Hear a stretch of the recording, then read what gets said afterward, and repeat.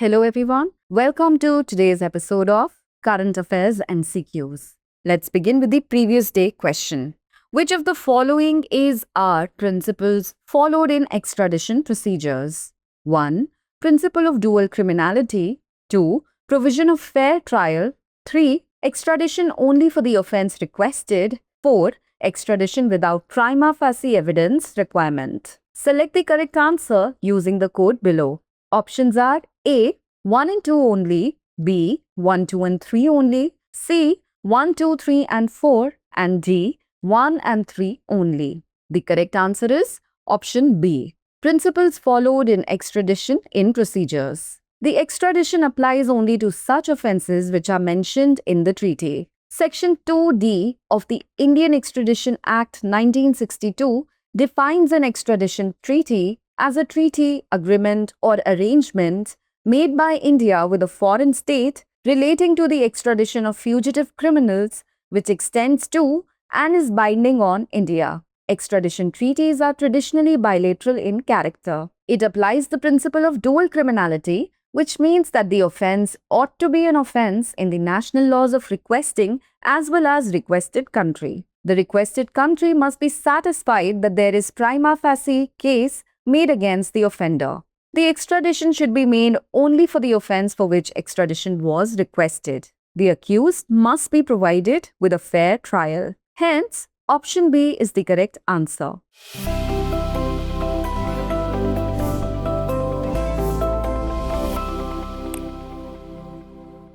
Let's move on to question 1. Which of the following is our members of the Arctic Council? 1.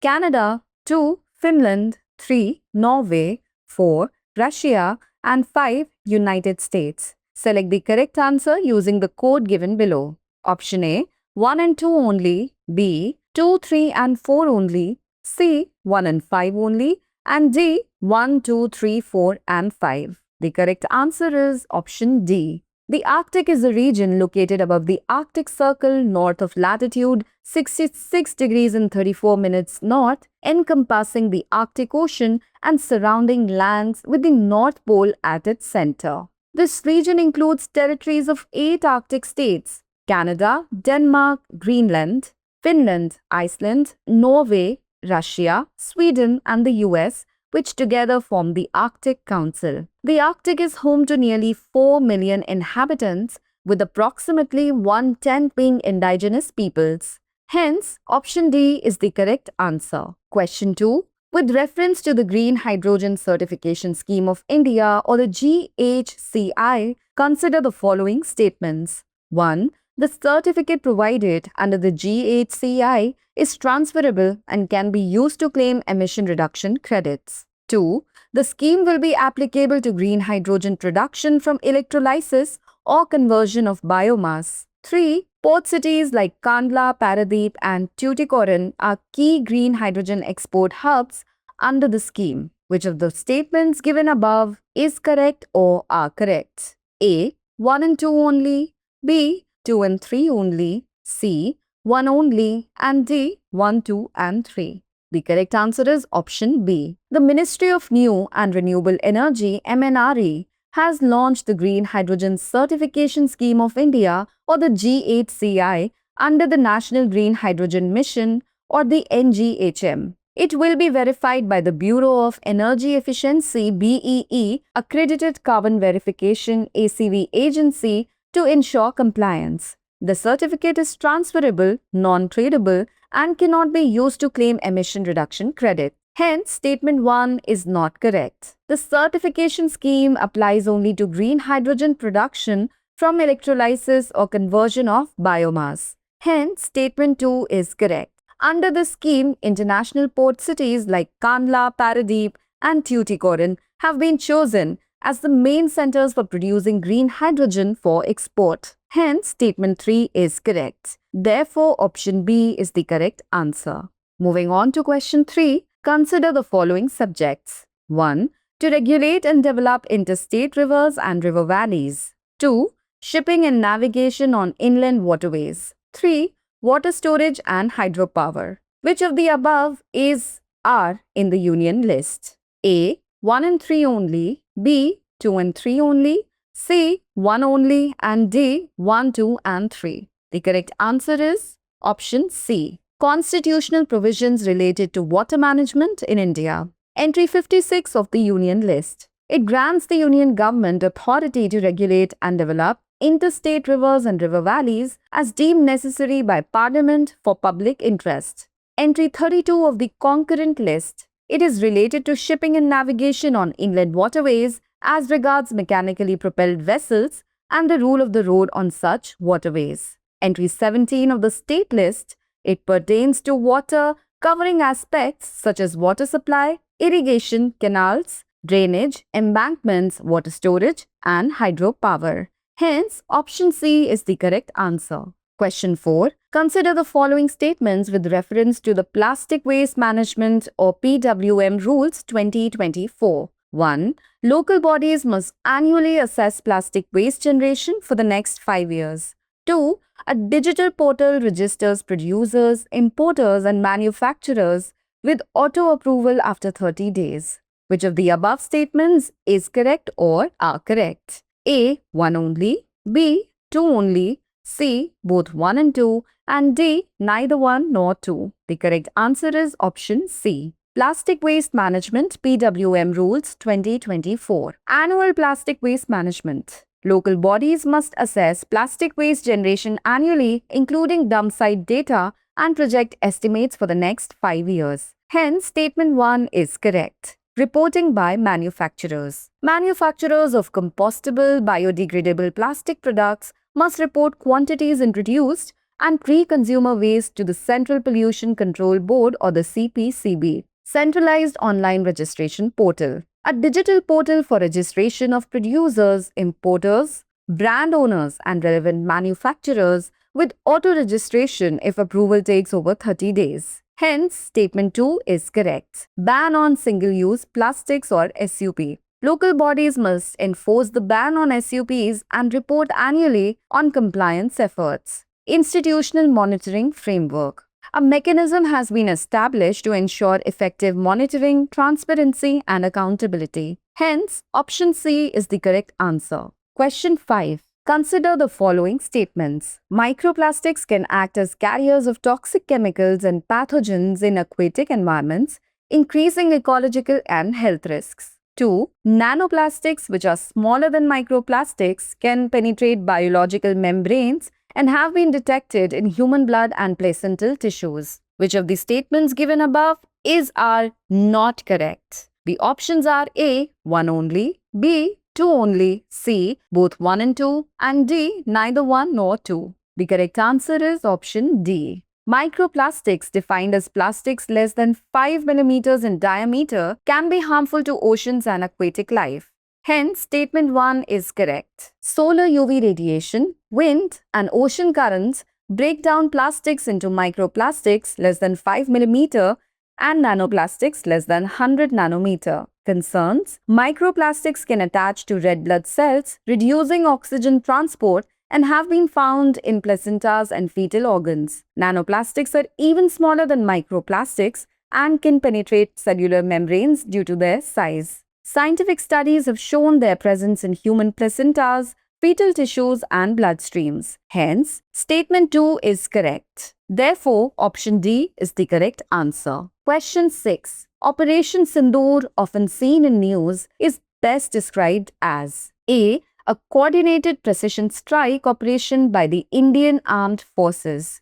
B. A peacekeeping mission in Kashmir. C. A humanitarian aid operation for the Pahalgam region. D. A diplomatic negotiation between India and Pakistan. The correct answer is option A. Operation Sindoor was a coordinated precision strike operation launched by the Indian Armed Forces on 7th May 2025 in retaliation for the Pahalgam terror attack. It was executed through the coordinated efforts of the Army, Navy, and Air Force conducted from Indian territory. Unlike past operations with aggressive names meant to project strength, this operation's name was chosen as a personal tribute to the victims, particularly the widows of the Pahalgam attack. Hence, option A is the correct answer. Question 7. Regarding the ethanol blending, consider the following statements. 1. It refers to the process of mixing ethanol, a biofuel derived from plant-based sources, with petrol to create a more sustainable and cleaner burning fuel. 2. India's initial target of 10% blending by 2022 was achieved ahead of schedule, leading to an ambitious goal of 20% ethanol blending or E20 by 2025. Which of the statements given above is correct or are correct? A. 1 only. B. 2 only. C. Both 1 and 2. D. Neither 1 nor 2. The correct answer is option C. Ethanol blending refers to the process of mixing ethanol, a biofuel derived from plant-based sources, with petrol to create a more sustainable and cleaner burning fuel. Hence, statement 1 is correct. India's initial target of 10% blending by 2022 was achieved ahead of schedule, leading to an ambitious goal of 20% ethanol blending E20 by 2025. Hence, statement 2 is correct. Therefore, option C is the correct answer.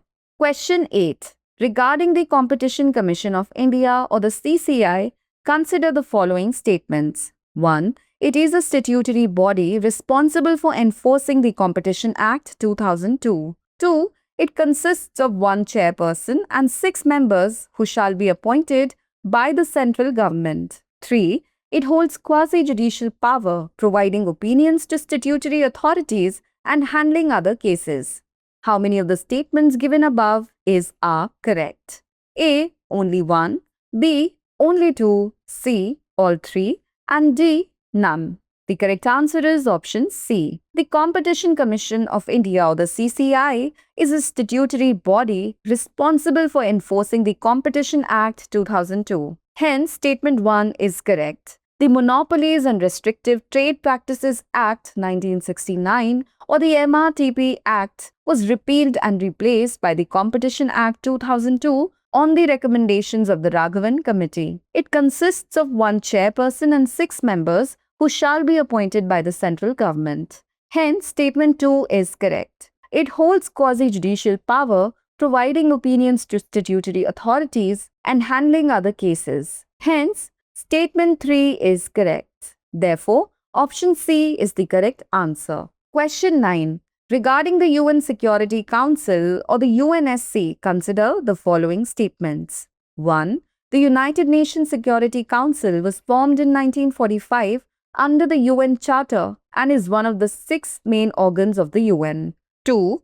It comprises 5 permanent and 10 non-permanent members. 3. India has never been a non-permanent member of the UNSC. How many of the statements given above are correct? A. Only 1. B. Only 2. C. All 3. And D. None.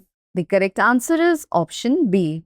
The United Nations Security Council, formed in 1945 under the UN Charter, is one of the UN's 6 main organs. Hence, statement 1 is correct. It comprises 5 permanent and 10 non-permanent members. Hence, statement 2 is correct. India's participation in the Security Council has been as a non-permanent member during the periods of 1950-51, 1967-68, 1972-73, 1977-78, 1984-85, 1991-92, 2011-12, and 2021-22. Hence, statement 3 is not correct. Hence, option B is the correct answer. Question 10. Which of the following are the members of the Organization of Islamic Cooperation, OIC? 1. Afghanistan. 2. Bangladesh. 3. Saudi Arabia. And 4. Iran.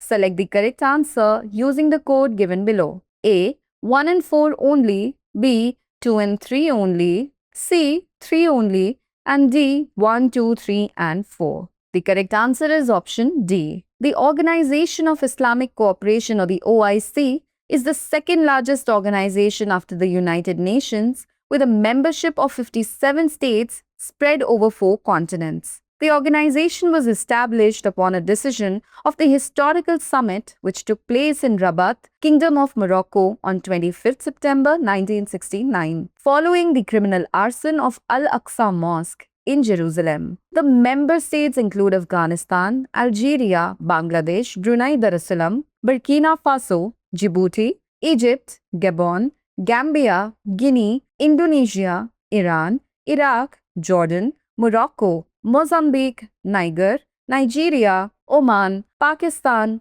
Palestine, Qatar, Saudi Arabia, Senegal, Somalia, Sudan, Syria, Tajikistan, Turkey, Tunisia, Turkmenistan, United Arab Emirates, Uzbekistan, Yemen, and others. Hence, option D is the correct answer. And now, it's time for today's practice question. Consider the following statements. 1. It is situated in the eastern Mediterranean basin. 2. It is bordered by Egypt to the southwest, Israel to the north and east, and the Mediterranean Sea to the west. 3. It is one of the most densely populated regions in the world, often referred to as open-air prison. Which of the following locations best matches the above description? A. Gaza Strip, B. West Bank, C. Sinai Peninsula, and D. Beirut. Send us your answers in the comments section. Thanks for watching.